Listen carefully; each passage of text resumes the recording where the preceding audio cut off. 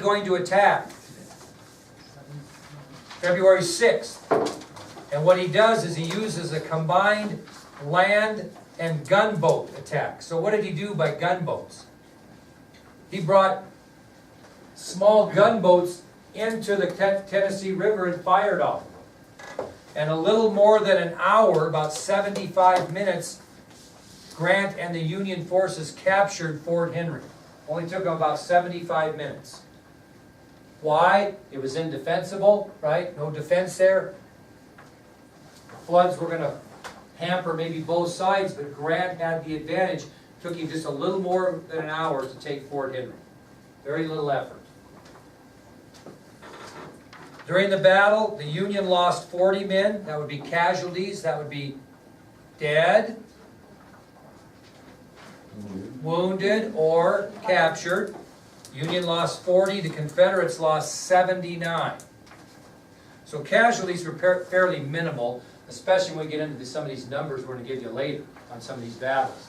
So 40 Union soldiers, casualties, 79 Confederate.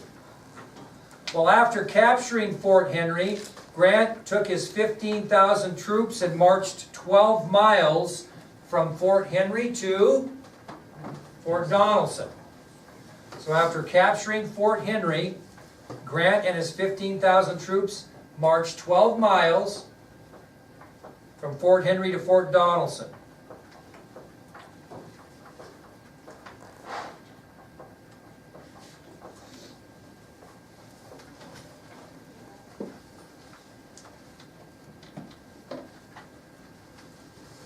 Well, on February 12th, or excuse me, I'm kind of ahead of myself. The two commanders at Fort Donelson were two generals, Simon B. Buckner and John B. Floyd. Those were the two commanding generals at Fort Donelson. As Grant marches 15,000 Union troops to this fort, it's under the command of those two men. Are they short of men too? Yeah. General Johnston knew they were short from the start in these areas. So General Johnston knew that Fort Donelson was undermanned, and he knew it would be hard to hold. But he expected Generals Simon B. Buckner and John B. Floyd to do their best to hold the fort. Well, on February 12th, General Grant and the Union forces arrived at Fort Donelson. On February 12th, General Grant and Union forces arrived at Fort Donelson. Now this would not be like Fort Henry. The two sides fought for 2 full days with little or no gain on either side. So Union forces engaged Confederate forces for 2 full days. No gain on either side.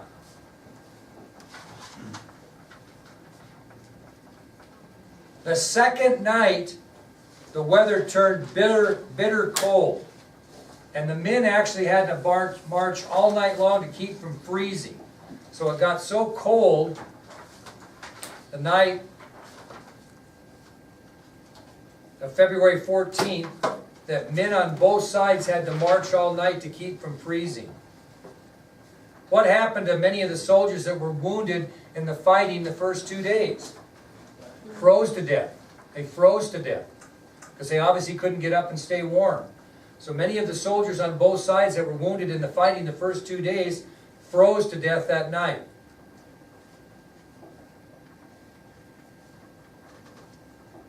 Well, the same night that it turned bitter cold and men on both sides were marching to keep themselves warm while others were dying because they were wounded, General Floyd lost his nerve and fled the fort, leaving General Buckner to command on his own.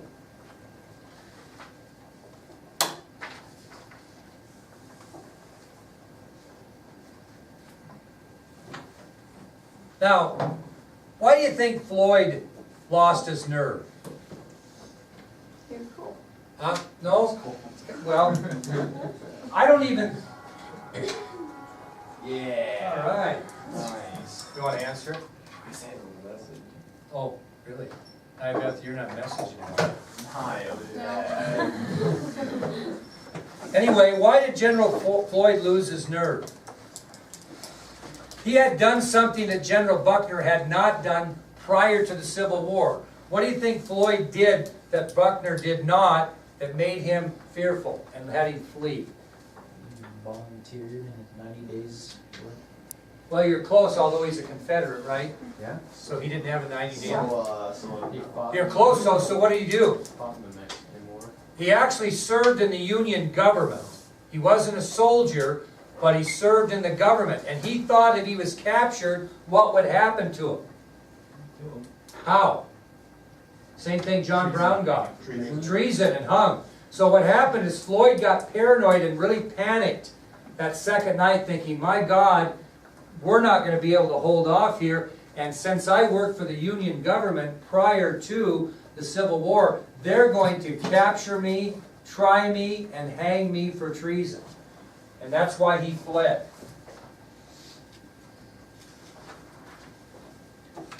Well, the next day, what did General Buckner do? Because he could see that the outlook was bad. He surrendered. So after seeing that his forces were grossly outnumbered, not wanting to see any more loss of life, General Buckner surrendered to General Grant and the Union forces. Now, if you surrender, what do you ask the other commander for? Conditions. Right, terms of surrender. Okay, what are going to be the terms of surrender? I'm willing to surrender. What's the term of surrender? What might be a term of surrender? Give us the fort. Not to kill them. Maybe let them keep their handguns. I don't know. There's all kinds of different terms of surrender. Grant would have no part of any terms of surrender. He wasn't negotiating with Buckner at all. So during the surrender, General Buckner asked Union General Grant for the terms of surrender. And Grant informed Buckner there would be no terms of surrender. He would accept only Buckner's unconditional surrender. That means that you surrender and you get nothing. You're lucky that we're going to let you live, kind of. So, Grant informed Buckner that there would be no terms of surrender, that he would accept only Buckner's unconditional surrender, which means you get nothing for surrendering. From that time in history, especially the Civil War, General Grant became known as Unconditional Surrender Grant. It became his reputation that if you lost a battle to Grant, you might as well consider it being unconditional surrender. Anybody heard that term before? That's where he got the term, is when he told Buckner there would be no terms of surrender. This will be an unconditional surrender. You have no choice. From that point on, General Grant became known in Civil War history as Unconditional Surrender Grant. Now, I'm going to give you, what's that? It's not a great nickname.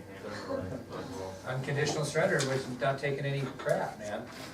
Okay, not gonna. If I beat you, I'm not. Hey, we're gonna play in the state championship in volleyball. If we beat you, we're gonna give you second place trophy because you're not first. That would be conditional surrender. Grant would say, "Hey, we beat your butt. You're not getting any trophy. You're lucky. We're gonna let you live." You know what I mean? No trophies for second if you're unconditional surrender, Grant. Okay. Anyway. During the battle at Fort Donelson, the Southern losses were devastating. We're still on the same thing. Yep, I'm just going to, we're still on the same thing. So during the battle for Fort Donelson, the Southern losses were devastating. This was a horrible loss for the South.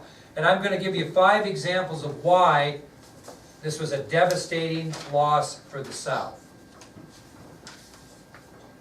First of all, I'm going to preface that by telling you that the Union suffered 2,331 casualties in the battle for Fort Donelson.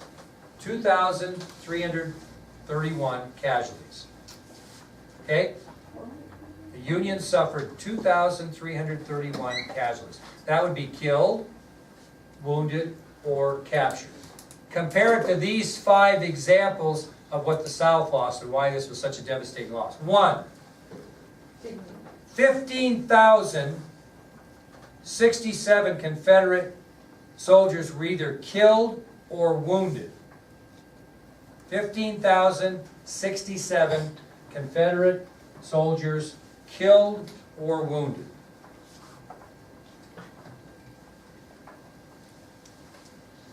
15,067 Confederate soldiers killed or wounded. Number 2, approximately 15,000 Confederates were taken prisoner of war.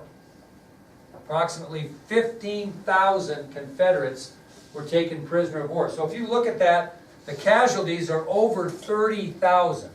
Okay? The third problem was that more than 20,000 Confederate arms were taken by the North. More than 20,000 Confederate arms. That would be rifles or pistols or maybe swords. So more than 20,000 Confederate arms were taken by the North. 48 pieces of artillery were seized by the North, including 17 heavy cannons. 48 pieces of artillery were seized by the North, including 17 heavy cannons, big cannons. 48 Southern pieces of artillery were seized, including 17 heavy cannons. And the fifth example is over 3,000 Confederate horses were taken. Over 3,000 Confederate horses. How does that compare to 2,331 Union casualties? I mean, you can see the devastating loss. It really was devastating. Now, the importance about Fort Donelson is it gives the Union their first major victory in the Civil War. Did they win at Fort Henry? Yeah. Was that a major victory? No. But this is the first major victory. So the first major victory for the North in the Civil War is where? Fort Donelson. Where's the first major victory for the South in the Civil War? Bull Run. Yep, Bull Run. Okay.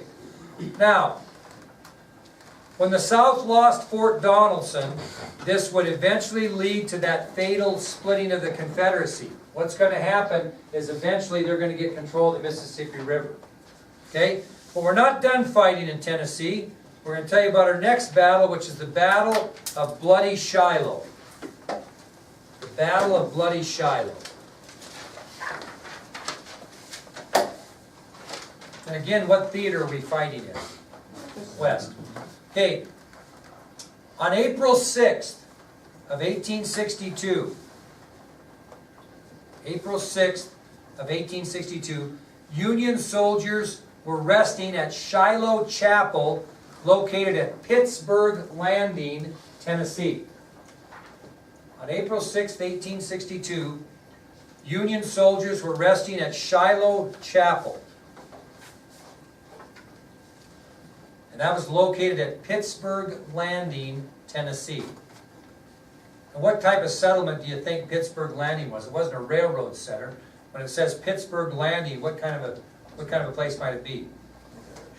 Yeah, boat settlement, riverboat settlement. Riverboats went up and down the Mississippi trading all the time. Well, Pittsburgh Landing was a riverboat settlement where people there used the river for their livelihood. So it was a riverboat settlement on the Tennessee River, and the Tennessee River hooked onto the Mississippi for trade. So Pittsburgh Landing is a riverboat settlement on the Tennessee River.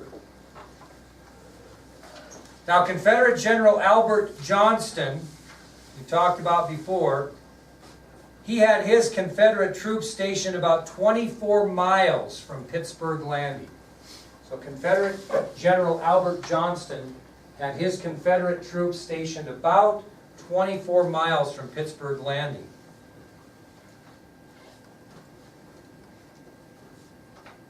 And Johnston decided, since the soldiers were resting at Shiloh Chapel, the Union soldiers, that he would do what?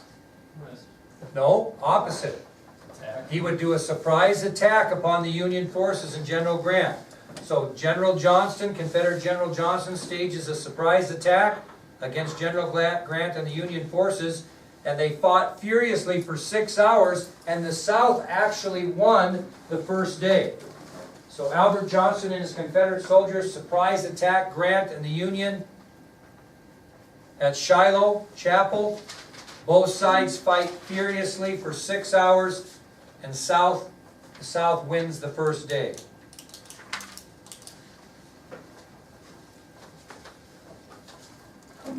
Well, the Union gets some reinforcements, and they fight back, and they push the Confederates back to Corinth, Tennessee. Okay? So after receiving reinforcements, the Union soldiers fought back at the rebels, and they pushed the rebels back to Corinth, Tennessee.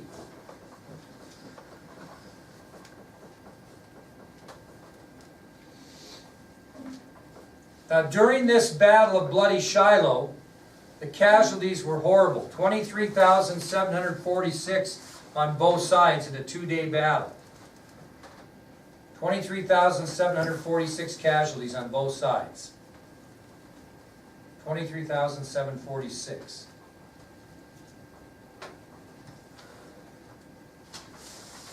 $13,047 Union casualties. 13,047 Union casualties. 10,699 Confederate casualties.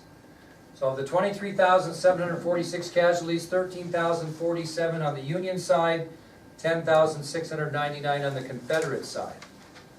Guess who was among the Confederate casualties? Albert Johnston. Kind of an interesting story on his death. So Confederate General Albert Johnston is one of the 10,699 Confederate casualties. What happened is during the battle, he suffered a leg wound, a mini ball from one of the old-fashioned rifles, nicked an artery in his right leg. Okay? Didn't look like a severe wound. It was really kind of, I wouldn't say obviously a flesh wound, but it wasn't a devastating wound. The trouble was, when it hit his right leg, it nicked an artery. Okay, so what did he begin to do? Bleed. It was not a fatal wound, but it will cost Johnston his life. Now, what could have been used if they would have understood the severity of the wound to stop the bleeding? Tourniquet. So Johnston could have easily been saved if a tourniquet would have been applied to his leg, obviously above the wound. And he actually had one in his pocket, but no one around him knew how to use it. So he never did get the tourniquet. So he actually had one in his pocket, but no one around him understood how to use the tourniquet.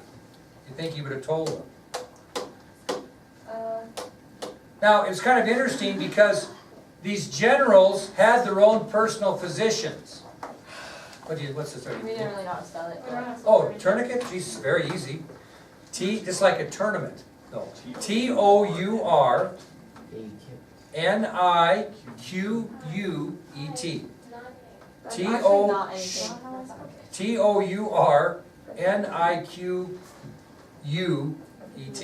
Tourniquet.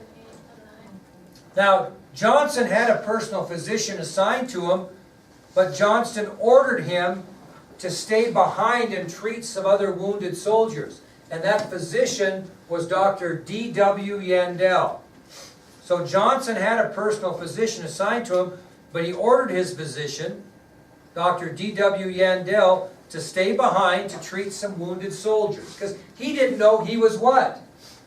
Wounded that bad. He didn't know. He knew he was hit, but I don't think he obviously didn't know he had an artery nicked and was bleeding. Well, it was kind of an interesting story because with Johnston during the battle was the governor of Tennessee, Isam Harris, was with him during the battle. The governor of Tennessee, Isam Harris, was with Johnston, and after the battle, he guided Johnston's horse into a group of trees.